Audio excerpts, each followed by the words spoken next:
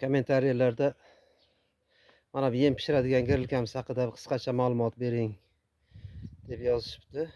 Garilkamizning yasalish tartibi: bir dona diska 40 profil, mana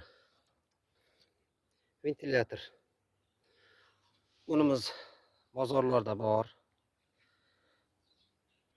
Bu shamolni baland past qiladigan.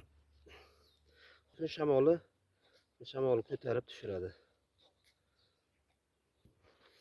Endi profilimiz band 4x4 qo'yishimning sababi ham bor. Chunki mana buning og'ziga flans taxlash osonroq bo'ladi trubadan ko'ra. Agar buni truba qo'ysangiz, mana flansni qiyin bo'ladi.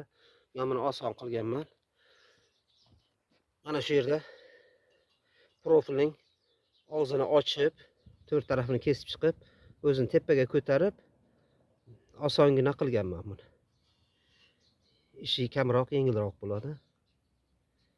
Ventilyatorımizga kelsak, bu ventilyatorimiz eng kichigi 220 ming so'mga olganman.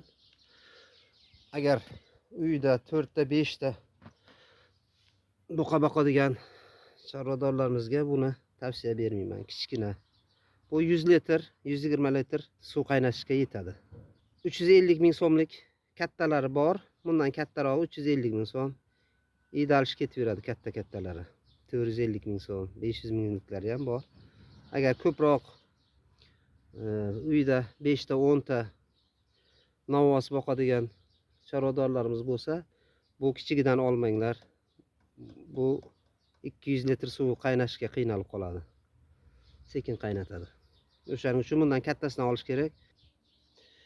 Endi diskamizga keladigan bo'lsak, diskamizni mana bu yerda boshqa bitta diska keltirib qo'ydim. Shu diskadan foydalanaman ko'rsatishni. Mana bu diska, mana bu qismi olib tashlanadi. Mana bu yerda mana kontajni svarka qilingan. Men bolgarka bilan shu yerni kontajni svarkalarini olib tashlab, uni yechib oldim. Mana bunisini olib tashladim.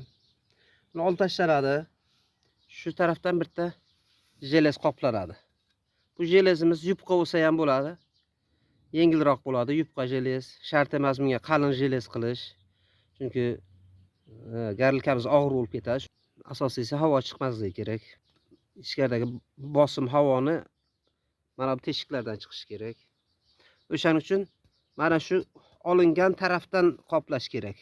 Mana bu yerda balonimizni damlaydigan kalpachok deymiz. Kalpachokning o'rnidan mana bu turbani qo'yishsa, mana bu turbani qo'ysa yaxshi bo'ladi. Mana shunday qilganman.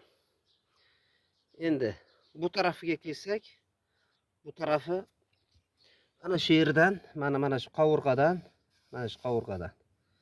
qalin jelez qo'yiladi. Mana shu yerdan qalin jelez qo'yiladi. Qalin jelez qo'yishimiz sababi bu yerda ko'mir yonadi, birket yonadi. Chunki yupqa jelez bo'lsa, 1 yilga xizmat qilib beradi. Ikkinchi yil yana qaytadan remont qilishga to'g'ri keladi. Shuning uchun bu yerga qalin jelez qo'yamiz. Qalin jelez qo'yamiz. Bu yerdan qo'yishimizning sababi ham mana bu yerda ko'rsatib o'taman. Bu yerda mana shuncha bort hosil bo'ladi. Ichkaridan qo'ygandan keyin bu yer ichkariga ko'mir solishimiz mumkin, to'kilib ketmaydi. Birket qo'yishimiz mumkin. Somon qo'yib yoqishimiz qulay bo'lish uchun mana bu ichkaridan qalin temiri svarka qilinadi.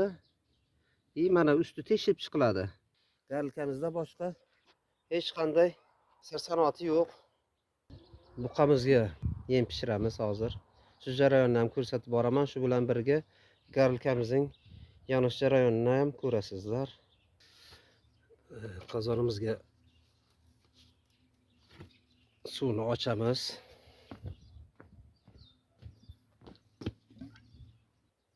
Qozonimizni suv bilan to'ldiramiz hozir. Chelamizdagi yormamiz taxminiy 10 kilogramm atrofida.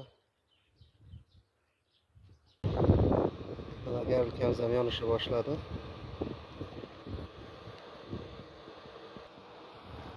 Bir chelak hoka ham keltirib qo'yganmiz.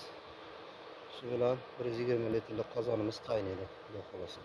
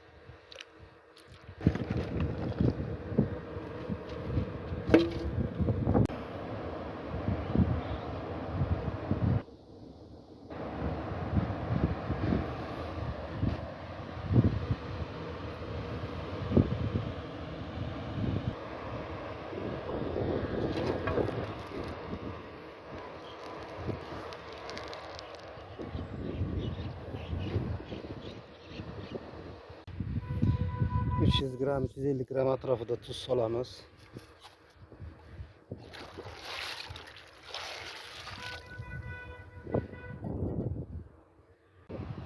Atalamizni pishirishda hech qanday muammo yo'q. Mana shu bir chelak hoka bilan 120 litr suvimiz qaynaydi.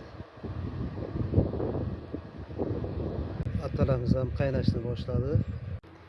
Hozir ana shu qozonimizning ichida 40 ming so'mlik bug'doy va arpa yormasi, 10 kilogram sabzi soldim, 8 ming so'm.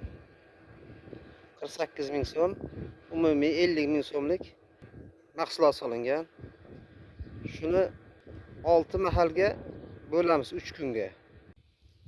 Shunda har mahaliga 8 ming so'm, 8,5 ming so'mga to'g'ri keladi. Kunligi shunda 17 ming so'm, 16 ming so'mga aylanadi. Mana arzon boqishning bir usuli. Yemni pishirib berishning afzallik tarafi ham shunda. Atalarni berishda somon solaman. Laganda bir lagancha somon solib, ustiga 20 litrlik satol bilan 20 litr atrofida somonga aralashtirib qo'yaman ustidan. Shuning bilan videomni yakunlayman. Garilka haqida, yem pishirish haqida qisqacha ma'lumot berdim deb o'ylayman. Hatto kamchiliklar bo'lsa oldindan uzr so'rayman. Agar videomiz yoqqan bo'lsa bitta like bosishni unutmang. Kanalimga obuna bo'ling. Sog' bo'ling, salomat bo'linglar.